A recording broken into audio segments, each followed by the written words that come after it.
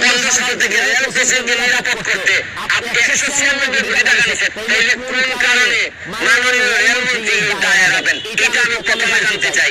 মানে এত কোটি টাকা নিলেন, নিয়ে গেটম্যানদের নিরাপত্তা বা গেটের নিরাপত্তার জন্য এই টাকা যে কি করছেন আল্লাহ মাহবুব জানে। আপনাদেরকে আরেকটা কথা বলতে চাই, রেল মাননীয় রেলমন্ত্রী আর বাংলাদেশের রেল দেখলে দেখবেন একদম পুরাতন।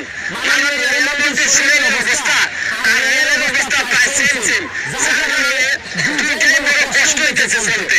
আমি বলছি না যে মানুষ বয়স বেশি হইলে দুর্বল হয়ে যায়, কিন্তু মনের মধ্যে যে শক্তিটা থাকতে হয় এটা আমাদের মাননীয় রেলমন্ত্রীর নাই।